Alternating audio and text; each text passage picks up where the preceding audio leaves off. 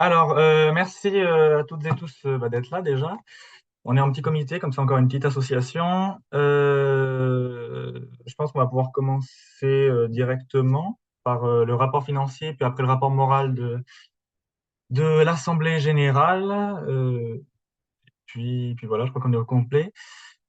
Avant toute chose, merci du coup pour votre soutien là, sur cette première année. C'était une première année assez chargée pour Arapan. Donc, je suis très content et j'ai beaucoup de bonnes nouvelles là, avec le retour des repérages.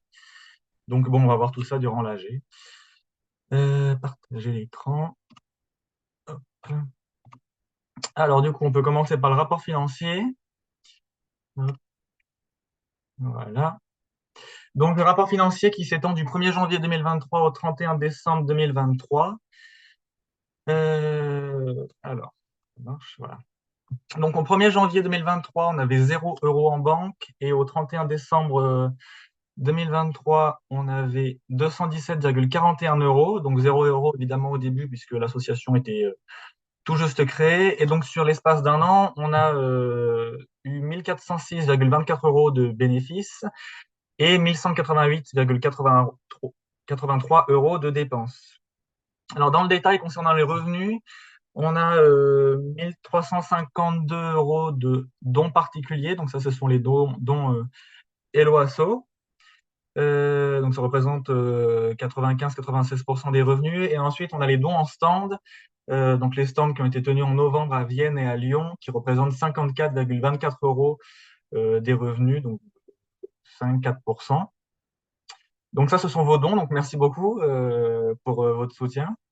Et puis concernant les dépenses sur l'année 2023, on a surtout dépensé pour les repérages, notamment ça c'est 1080 euros,29 euros pour le billet d'avion pour le repérage à Sumatra là, pendant un mois. C'était surtout ça. Je crois qu'il y a eu aussi quelques dépenses sur le repérage en Thaïlande et à Sumatra en février. Et puis sinon, ça concerne des dépenses matérielles, 84,39 euros, c'est les flyers, et puis le kakémono qu'on a acheté pour les stands, vous verrez en photo après. Et puis aussi les frais bancaires qui s'élèvent à 24,15 euros. Et ça, c'est la création du compte. Et puis aussi les conversions de devises quand on fait des transactions en Indonésie. Donc, c'est les frais qui s'appliquent à la transaction en euros et roupies. Donc, voilà, ça nous donne un résultat donc de 217,41 euros donc en bénéfice qu'il faudra affecter ensuite pendant les votes. Et puis on a aussi 8 membres, donc 8 membres. Alors pour rappel, un membre c'est une personne qui fait un don de au moins 60 euros sur l'année ou au moins 5 euros par mois. Donc on en est à 8 sur cette année, donc ce qui est très positif. Et maintenant l'objectif ça va être de maintenir ce niveau-là euh, de membres, maintenir les dons et puis évidemment chercher à en avoir un peu plus aussi parce que maintenant la nouvelle perspective pour Arapan, ça va être de pouvoir s'installer en Indonésie. Donc ce serait intéressant de faire quand même quelques réserves, préparer le départ. Et puis voilà, et j'ai noté aussi toutes les dépenses ont aussi été tournées sur le repérage d'un mois à Sumatra. Donc voilà pour le rapport financier.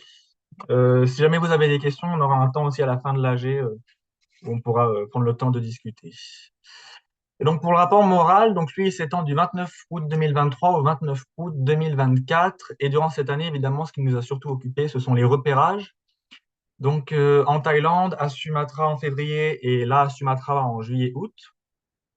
Donc les repérages, c'est extrêmement important parce que vous le savez, le but de Harapan, c'est de pouvoir partir en Indonésie, monter un projet pour les éléphants captifs et sauvages. Mais avant, il faut évidemment avoir une compréhension du terrain qui soit la plus parfaite possible, qui soit détaillée, qui soit précise. Et donc, évidemment, c'est tout l'objet de ces repérages. Donc, le premier s'est tenu en Thaïlande pendant 2 semaines en décembre 2023. Alors, pourquoi la Thaïlande? Parce que c'est un pays qui est précurseur en termes de protection des éléphants. C'est là où on a le plus d'actions en faveur des éléphants. Et puis, c'est là que sont nées les premières ONG pour l'espèce. Donc, c'est intéressant de s'y rendre pour voir un peu ce qui se fait. Et puis, comment est-ce que je peux m'inspirer de ce travail-là pour reproduire quelque chose de similaire en Indonésie. Donc, j'ai notamment passé une semaine dans le plus grand sanctuaire pour éléphants d'Asie, auprès de Lake Shellert, qui est la grande dame des éléphants. Ça a été hyper enrichissant, hyper instructif de voir un peu comment son projet fonctionne. Elle a récupéré aujourd'hui euh, des centaines d'éléphants et qui évoluent librement dans un grand sanctuaire. Donc c'est vraiment hyper instructif de voir déjà à quoi ressemble ce projet, à quoi est-ce que pourrait ressembler le projet de Harapan ensuite en Indonésie. J'ai pu discuter avec Lake, alors ça a été assez bref, mais en tout cas, elle a de suite soutenu le projet de Harapan. Donc c'est hyper important d'avoir le soutien de cette grande dame comme ça pour Harapan. Et évidemment, on va la garder à nos côtés aussi longtemps que possible. Et puis ça a aussi permis de répondre à beaucoup de questions techniques. Comment est-ce qu'on peut agencer un sanctuaire, comment est-ce qu'on peut s'occuper des éléphants, d'autant d'éléphants aussi sur un si petit espace, euh, combien est-ce qu'il y a de soigneurs, comment est-ce qu'ils travaillent, comment sont organisées leurs journées, enfin plein de questions techniques en fait, auxquelles on a eu plein de réponses du coup et ça a été hyper, euh, comment dirais-je, c'est une utilité vitale en fait pour le projet de Harapan parce qu'évidemment ça nous donne une sorte de méthodologie et de référence, de cadre d'action pour ensuite ce qu'on voudrait faire à Sumatra. J'ai aussi pu passer une semaine dans le parc national de Khao Yai, donc c'est au nord-est de Bangkok. Initialement, je devais rejoindre Nani Montreuil, qui est la fondatrice de Nature and Wildlife Association. Et c'est une ONG qui gère les conflits entre les éléphants et les humains. Donc elle a une approche qui est vraiment très concrète et qui a des résultats tout aussi concrets et efficaces sur le long terme. Elle fait surtout des patrouilles à pied, en scooter, et puis elle fait en sorte globalement que les éléphants restent dans leur habitat et que les humains restent dans leur habitat pour gérer les conflits. Ça marche très bien parce qu'aujourd'hui, en Thaïlande, elle a 400 bénévoles. Elle travaille aussi en Inde, elle a 500 bénévoles, au Myanmar, au Laos, au Cambodge. Donc, initialement, je devais pouvoir la rejoindre et puis en fait, c'était une période qui était assez chargée. Il y avait des éléphants qui sortaient un peu partout de la forêt, qui se rendaient sur les terres agricoles. Donc, elle courait un peu partout tout le temps. Donc, elle n'a pas pu me recevoir.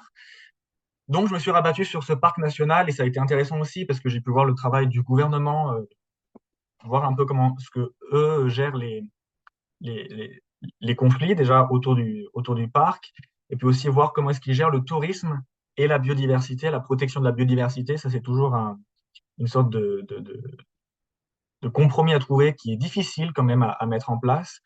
Donc, de ce côté-là aussi, c'était intéressant, puis voir un peu le niveau de biodiversité.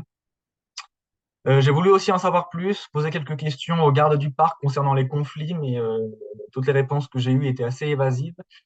Donc, j'ai pas trop cherché à en savoir plus parce que ça avait l'air d'être un sujet assez sensible. Mais en tout cas, globalement, sur ce repérage, ça a été, comme je le disais, très enrichissant et ça a vraiment donné une sorte de euh, ligne d'action à suivre pour Arapan. Le plus important, c'est celui qui vient de se terminer il y a 2 semaines, qui a duré un mois entre juillet et août, du 20 juillet au 17 août. Et lui, ça a été le plus important, le plus riche et enfin, le plus déterminant pour Harapan parce que c'est grâce à ce repérage que maintenant, on sait où agir, comment, avec qui, avec quels moyens, sous quel délai. Et puis là aussi, où j'ai vraiment pu bâtir un vrai réseau de partenaires sur tout le nord de Sumatra, en tout cas.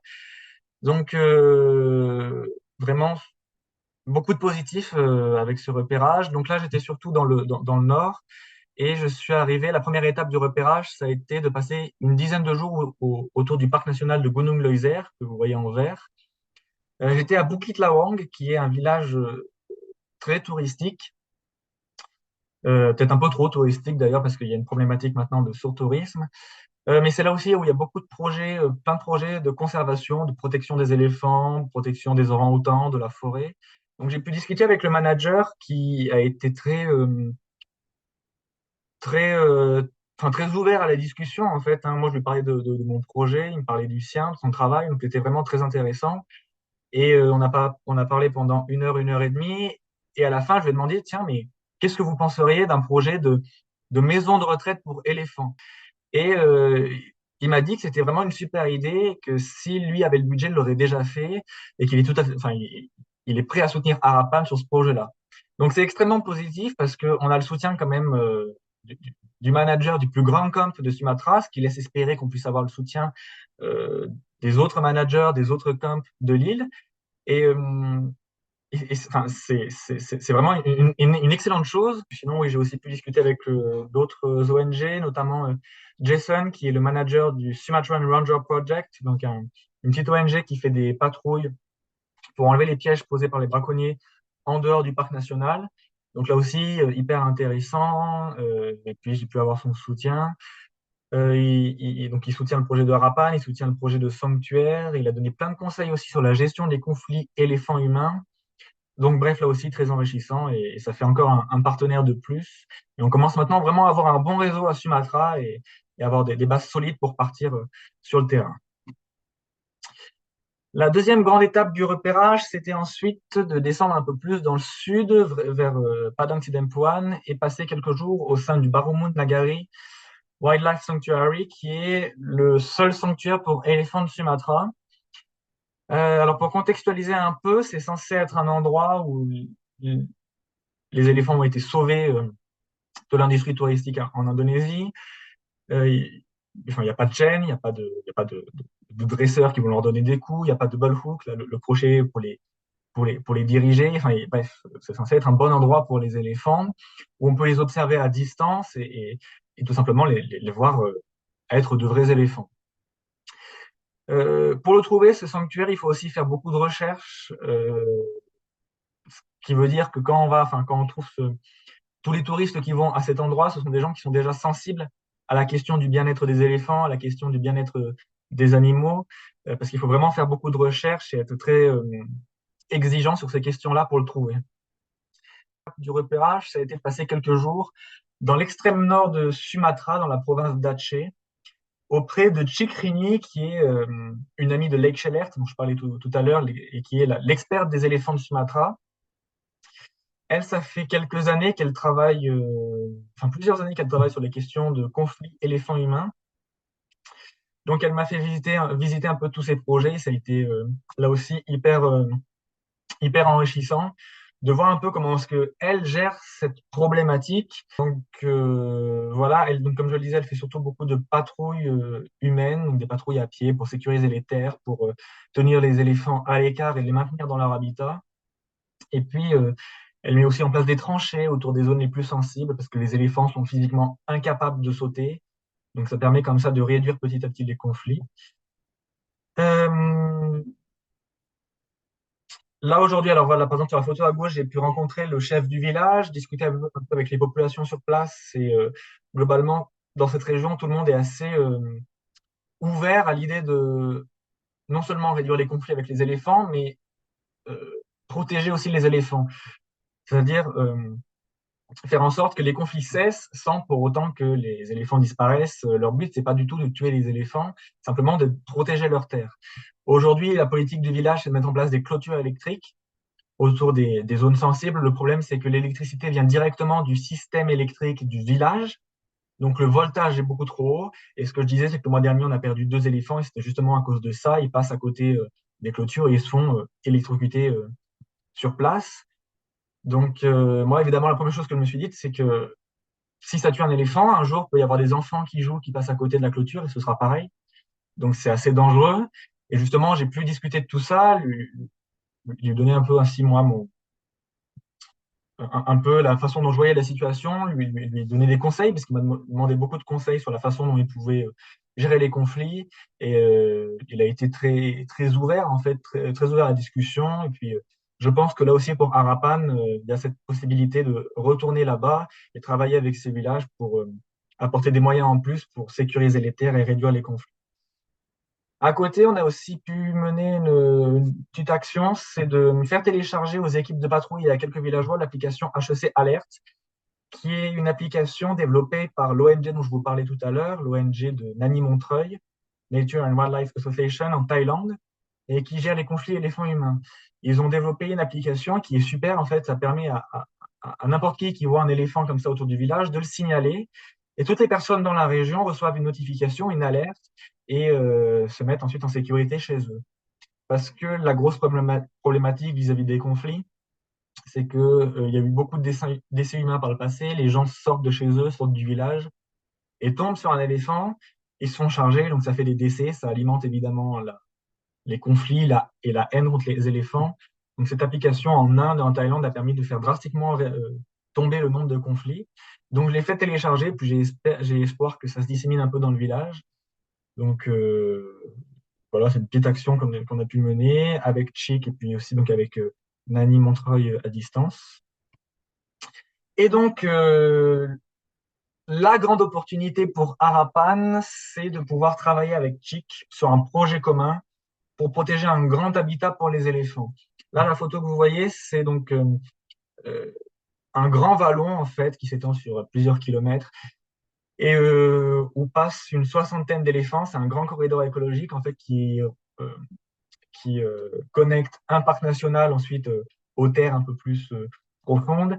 Et les éléphants, il y a 60 éléphants qui passent régulièrement, qui sont concernés par les conflits autour de l'écosystème.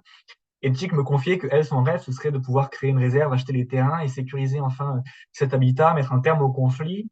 Aujourd'hui, la solution qu'ils ont trouvée, c'est de travailler avec un autre village un peu plus loin et de récupérer 500 hectares de forêt communale pour y déplacer les 60 éléphants sauvages et faire un sanctuaire sauvage qui serait clôturé et financé par de l'écotourisme.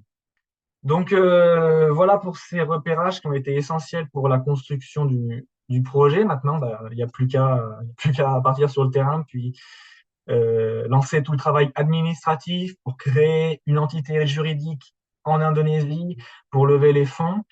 Mais globalement, là, c'est vraiment très bien parti. Donc moi, j'en suis très content.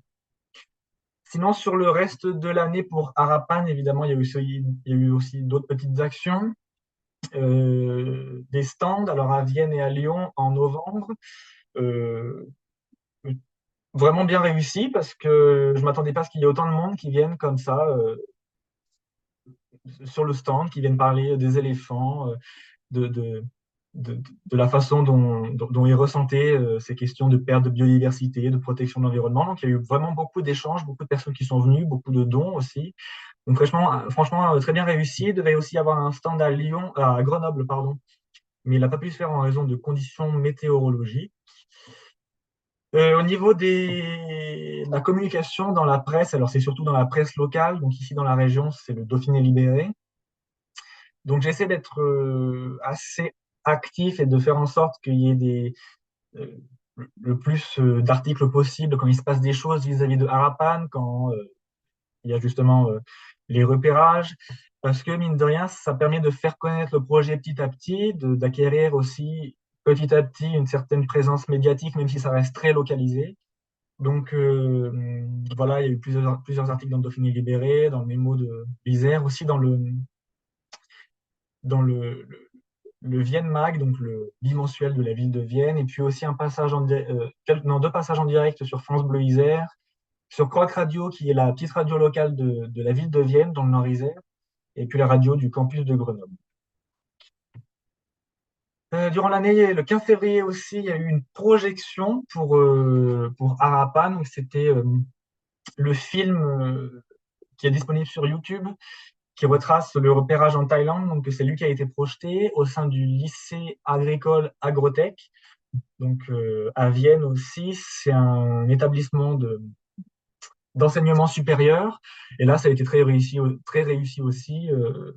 On a eu une trentaine de personnes, étudiants, professeurs, personnel de l'établissement. Donc, assez content aussi de cette petite action-là. Hop. Et puis, au niveau des réseaux sociaux, vous l'avez vu, j'essaie d'être le plus actif possible, de faire suivre un peu le projet. Donc, sur YouTube, il y a eu 24 vidéos qui ont été publiées au total. Et puis, sur les réseaux Instagram, Facebook et LinkedIn, il y a eu 85 publications sur chaque réseau pour lancer le projet. Et maintenant, ce qui va suivre, ce serait la création, la conception d'un grand plan d'action qui cadrerait les actions de Harapan, qui permettraient de définir précisément le projet et de définir quels moyens matériels, financiers, humains et puis politiques aussi on aimerait mobiliser pour monter ce projet. L'idée, ce serait de pouvoir le présenter à l'ambassade d'Indonésie en France pour comment dire, préparer le terrain. Je disais aussi que voilà, donc voilà, il y aura des événements, quelques événements dans les prochains mois. Donc ce sera la projection d'un long métrage que je suis en train de préparer, que je suis en train de monter, beaucoup plus travaillé que ce que je fais habituellement sur YouTube. Euh, oui, plus travailler et donc porter évidemment sur ce qu'on aura fait pendant ce mois à Sumatra, porter sur l'éléphant de Sumatra, porter sur Harapan, sur le projet. Et donc il y aura des projections publiques et puis une version YouTube. Donc voilà pour, pour le rapport moral. Donc bah, merci beaucoup pour votre attention. Avant de passer aux questions, si vous en avez, on peut juste s'occuper des votes. Donc il y a deux résolutions à adopter. C'est l'approbation des comptes de l'association et ensuite le report à l'affectation du résultat, du bénéfice fait durant l'année 2023. Bon, bah voilà, donc merci beaucoup pour pour votre, pour votre présence là à l'AG et puis encore une fois pour votre soutien parce que ce repérage là d'un mois qui a été vraiment crucial et il a été possible que grâce à vous, que grâce à votre soutien. Le projet de Harapan, il prend en forme et c'est uniquement aussi grâce à vous. Donc vraiment là, enfin, je vous suis infiniment reconnaissant et puis continuez évidemment de nous aider, de parler de Harapan autour de vous parce qu'on a besoin aussi de se faire connaître. Voilà, merci beaucoup et puis peut-être si vous avez des questions, on peut, on peut en discuter.